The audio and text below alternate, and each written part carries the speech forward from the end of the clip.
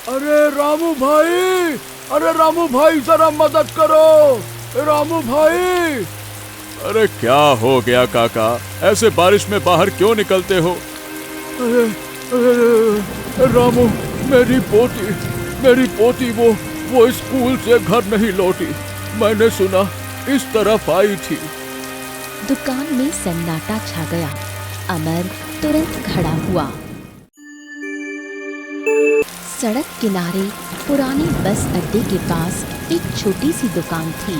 ऊपर टीन की छत थी जिस पर बारिश की बूंदें लगातार बजती रहती, टप टप टप। बाहर कीचड़ था, लेकिन दुकान के अंदर मिट्टी के तेल का एक पीला सा लैंप टिमटिमा रहा था।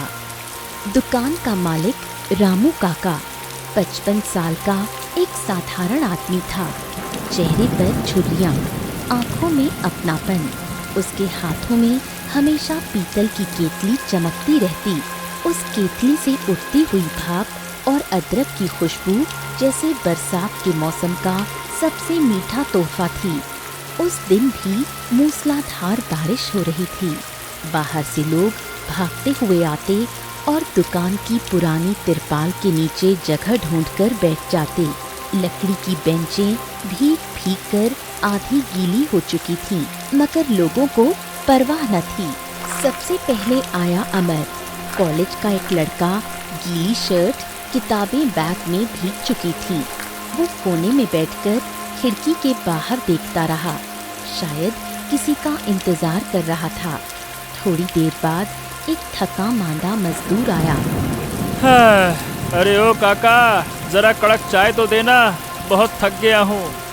अरे भैया, यहाँ की चाय ही तो थकान का इलाज है। बिल्कुल सही कहा। एक बात तो है काका, आपकी दुकान की चाय पीते ही मानो शरीर में ताकत सी आ जाती है, मजा आ जाता है। फिर दुकान में दाखिल हुआ एक अजनबी शख्स। हाथ में पुरानी डायरी, बाल थोड़े बिखरे, आंखों में गहराई। वो सीधा खामोशी से बैठ गया। जब उसने चाय ली तो उसने डायरी खोलकर कुछ लिखना शुरू कर दिया। लोगों को जिज्ञासा हुई, कौन है ये, शायर है या पागल?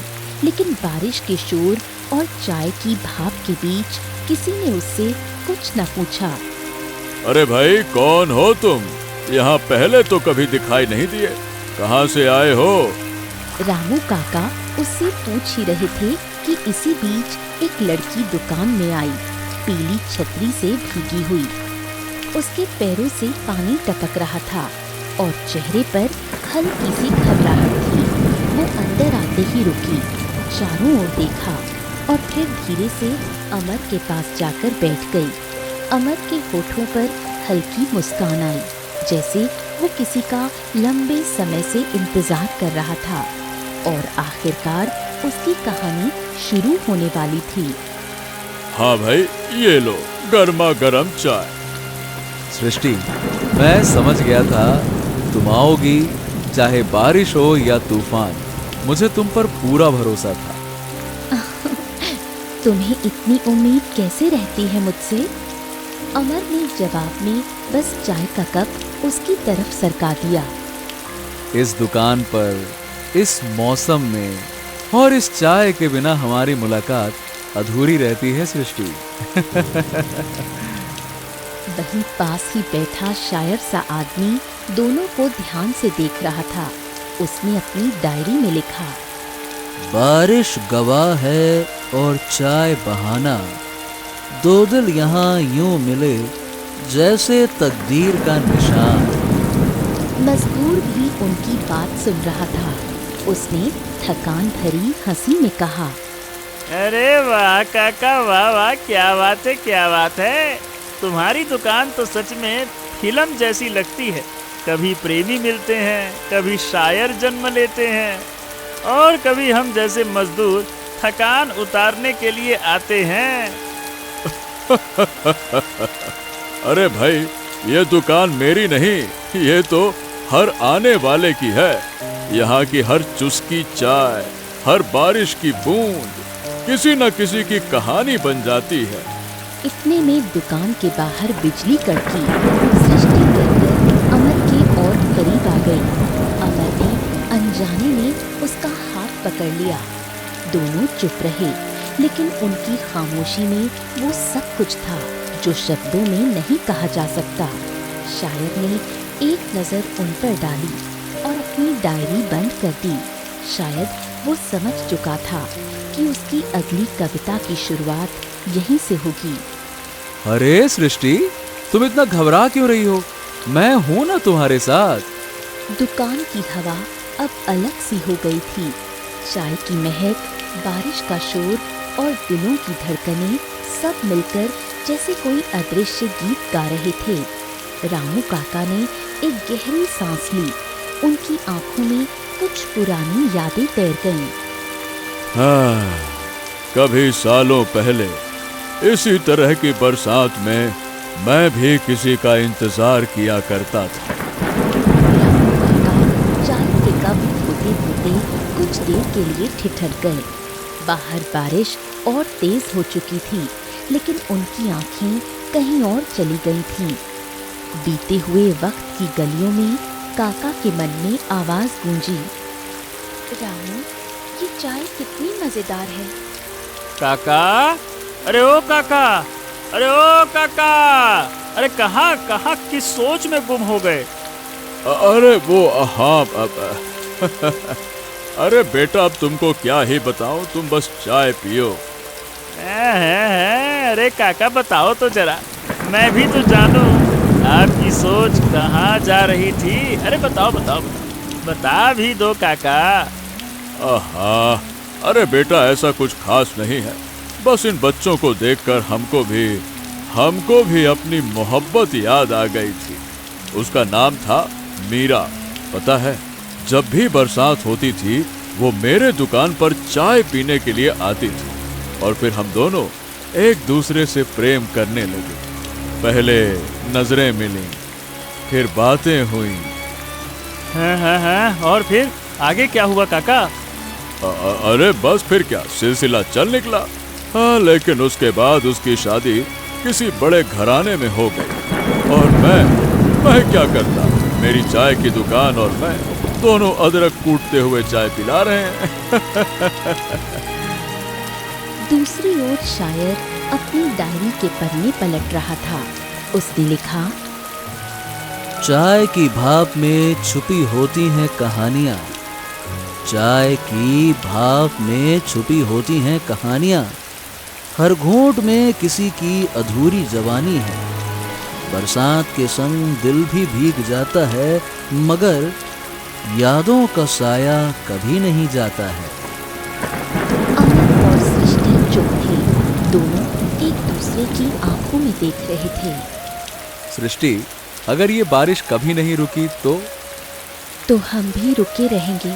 नहीं, बस यहीं इस दुकान पर बैठे रहेंगे। उनकी बातें सुनकर मजदूर ने ताली बजा दी। वाह रे जवानी वाह, वाह रे जवानी वाह। हमारी तो चाय खत्म हो गई और तुम्हारी कहानी शुरू हो गई। वाह। सभी हंस पड़े। दुकान का माहौल और भी जीवंत हो उठा। लेकिन अचानक दुकान के बाहर किसी ने जोर से आवाज दी, अरे रामू भाई, अरे रामू भाई, जरा मदद करो, रामू भाई।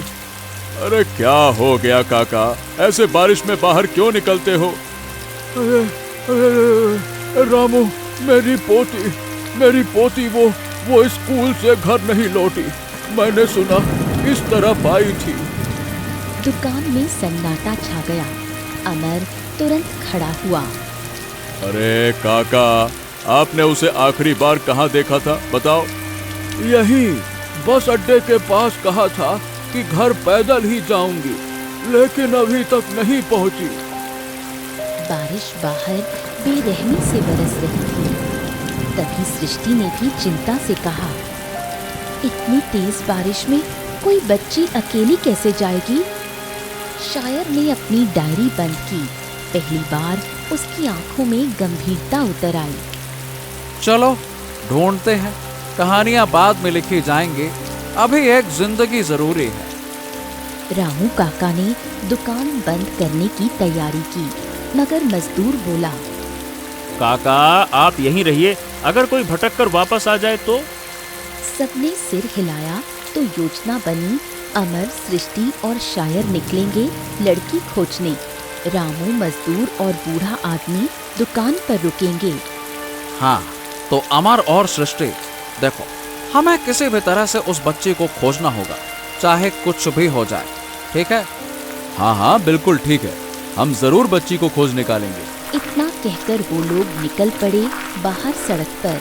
अंधेरा और कीचड़, बिजली कभी कभी चमकती और रास्ता रोशन कर जाती। अमर ने टॉर्च जलाई। सृष्टि, तुम मेरे पीछे ही रहना। वो लोग इधर उधर दौड़ते रहे, आवाज देते रहे। बिटिया, ओ बिटिया, सुन रही हो? बिटिया। बारिश की बूंदें उनके गले में अटक रही थीं।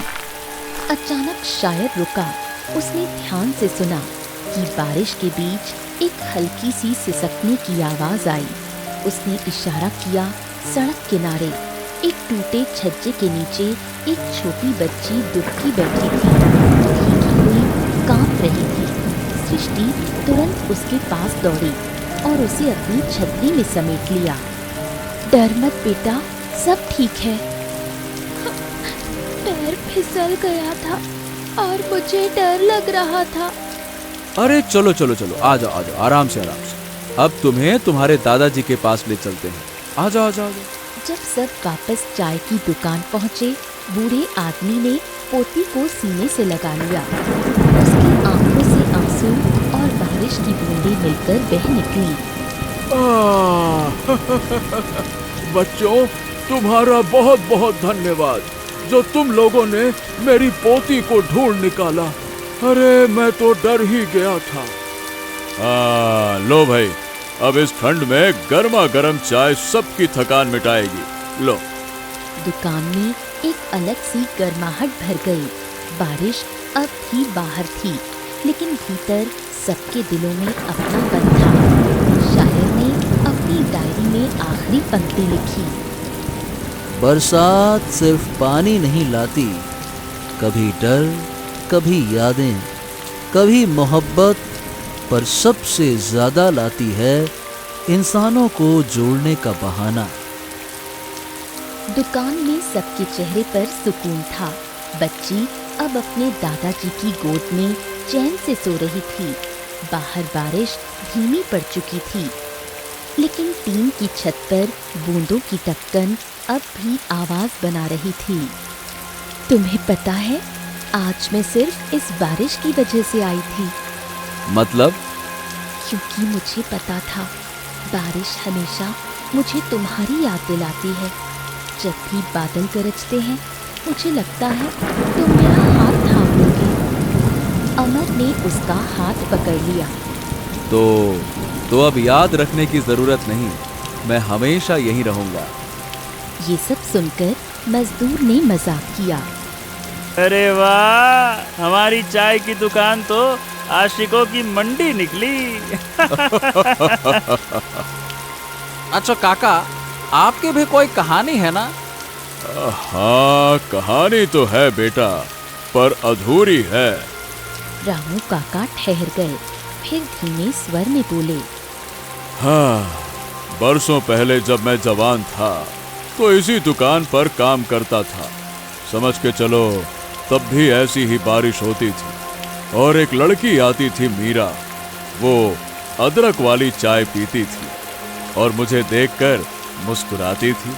मुझे लगता था कि शायद हमारी जिंदगी एक साथ बीतेगी, लेकिन उसकी शादी कहीं और हो गई, वो चली गई और मैं यहाँ अभी भी अदरक वाली चाय पिला रहा हूँ। तब से ये दुकान मेरी मोहब्बत और मेरे जीवन का सहारा दोनों है। लोग आते हैं, कहानियाँ छोड़ कर जाते हैं और मैं उन्हीं कहानियों में जी लेता हूँ। दुकान में कुछ पल का सन्नाटा छा गया। फिर शायर ने धीरे से कहा। काका, शायद आपकी कहानी अधूरी नहीं है। अरे एक बार देखो तो सही, आपकी दुकान तो आज भी लोगों को जोड़ रही है। यहाँ मोहब्बत भी मिलती है, अपनापन भी और उम्मीद भी। आपकी मीरा तो चली गई, लेकिन आपने इस दुकान के जरिए सैकड़ों मीरा और रामू की कहानियों को जिंदा रखा है। हाँ हाँ, बिल्कुल सही सही कहते हो शायद तुम। हाँ। बाहर बारिश थम चुकी थी। हवा में मिट्टी की ताजी खुशबू थी। सड़क पर पानी चमक रहा था, जैसे आसमान के तारे जमीन पर उतर आए हों। अमर और सृष्टि हाथों में हाथ डाले दुकान से बाहर निकले। मजदूर ने अपनी झोली कंधे पर डाली और बोला, चलो काका, कल फिर से आऊंगा चाय पीने। शायर ने जाते जाते रामू काका से कहा, काका, आपकी दुकान पर मैंने अपनी सबसे खूबसूरत कविता लिखी है। कभी इसे छपवाऊंगा तो नाम रखूंगा बारिश की चाय। रामू काका बस मुस्कुराए। दुकान के अंदर अब सिर्फ काका और बुझती हुई लालटेन रह गई।